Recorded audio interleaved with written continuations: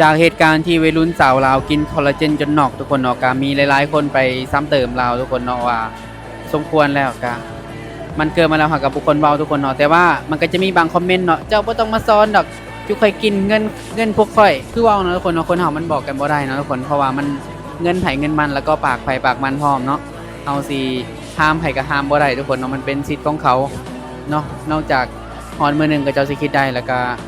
เลิกเองทุกคนค่อยเข้าใจนะ ว่าคนเฮาอะนะทุกคนมันอยู่กับสังคมแบบใดเฮาก็สิเป็นแบบนั้นคล้ายๆกันเนาะทุกคนเนาะจะอยู่กับสังคมที่ติดยาเสพติดในแต่ละมื้อมันก็ส่วนแต่กินยาเสพติดมันก็ส่วนแต่แนวนั้นเนาะทุกคนถ้าจะไปอยู่กับสังคมที่เขาเจ้าหาเงินหาคำก็สิแข่งกันหาเงินหาคำเนาะอันนี้มันเป็นเรื่องปกติของสังคมเนาะวางตัวกับสังคมแบบใดเจ้าก็มีแนวโน้มที่จะเป็นแบบนั้นเพราะว่าสังคมเฮาค่ะมันก็เป็นตัวทวงส่วนหนึ่งของชีวิตเฮาคือกันในทุกคนการใช้ชีวิตในสังคมสมัยนี้เนาะอยากเตือนน้องๆนุ่งๆที่ขึ้นมาใหม่อย่าสุเฮ็ดเนาะอะไรที่มันบ่ดีเฮาก็ฮู้อยู่แล้วทุกคนเนาะคืออันคอลลาเจนนี่แหละกินแล้วก็ฮู้ว่ามันสิซอกเนาะคนก็ยังพากันกินก็มีคนที่ว่าซอกตายยังคอลลาเจนก็หลายคนแล้วเนาะแต่ก็ยังพากันกินอันนี้ก็บ่เข้าใจคือ